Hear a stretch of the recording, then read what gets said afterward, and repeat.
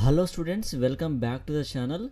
Students, Telangana ICET 2025 exam ఎవరైతే రాద్దామనుకుంటున్నారో మీరు registration చేసే ముందు ఒకసారి ఎలిజిబిలిటీ క్రైటీరియా గురించి తెలుసుకోండి.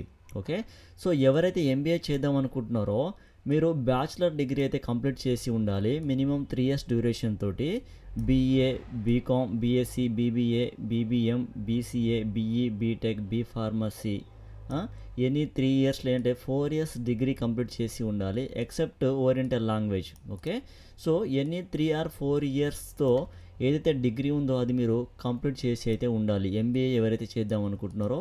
సో ఇది మీకు అనమాట. ఓకేనా, అలానే ఎంసీఏ ఎవరైతే చేద్దాం అనుకుంటున్నారో మీరు బీసీఏ అంటే బీఎస్సీ, బీకామ్, బీఏ దీంతో పాటుగా మీ యొక్క డిగ్రీలో మ్యాథమెటిక్స్ అనేది కంపల్సరీగా ఉండాలి. లేదంటే ఇంటర్ లెవెల్లో అయినా మీది ఒక సబ్జెక్ట్ అనేది మ్యాథమెటిక్స్ ఉన్నట్లయితే మీరు ఎంసీఏ చేయడానికి ఎలిజిబిలిటీ అయితే ఉంటుందన్నమాట. సో ఇది చాలా జాగ్రత్తగా అబ్జర్వ్ చేయండి.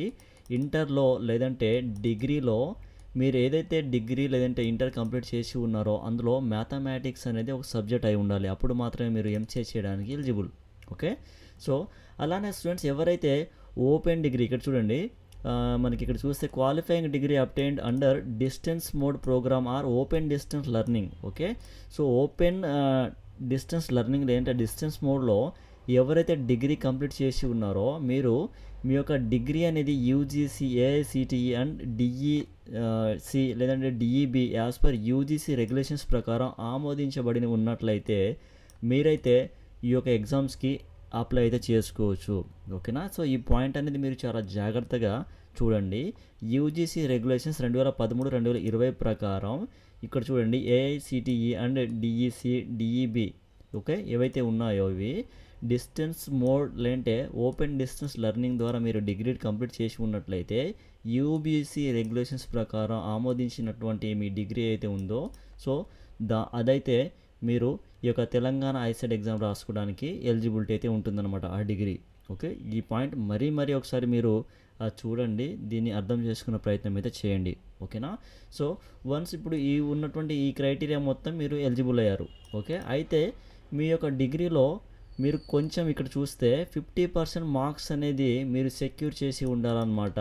ఓకేనా, ఎస్సీ, ఎస్టీ అండ్ బీసీ వాళ్ళకైతే 45% ఆఫ్ మార్క్స్ అయితే సరిపోతుంది. రిజర్వేషన్ క్యాండిడేట్స్కి 45% ఆఫ్ మార్క్స్ వచ్చి ఉన్నట్టయితే సరిపోతుంది.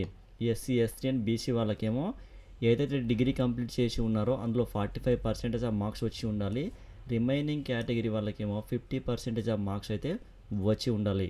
ఓకేనా, సో ఇక్కడ ఉన్నటువంటి ఇదంతా కూడా మీరు అయితే ఎలిజిబుల్ ఉండాలి. అలానే మీ యొక్క డిగ్రీలో 45% అయితేనేమో రిజర్వేషన్ వాళ్ళకు, 50% మార్క్స్ ఏమో సో రిమైనింగ్ కేటగిరీ వాళ్ళకైతే మార్క్స్ వచ్చినట్లయితే మీరు ఒక తెలంగాణ ఐసెట్ 2025 ఎగ్జామ్కి అయితే అప్లై చేసుకొని మీరు ఎగ్జామ్ రాసుకొని క్వాలిఫై అయినట్లయితే కౌన్సిలింగ్ ద్వారా మీకు సీట్ వచ్చినట్లయితే మీరు ఒక ఎంబీఏ లేదంటే ఎంసీఏ అనేది చేయవచ్చు అనమాట.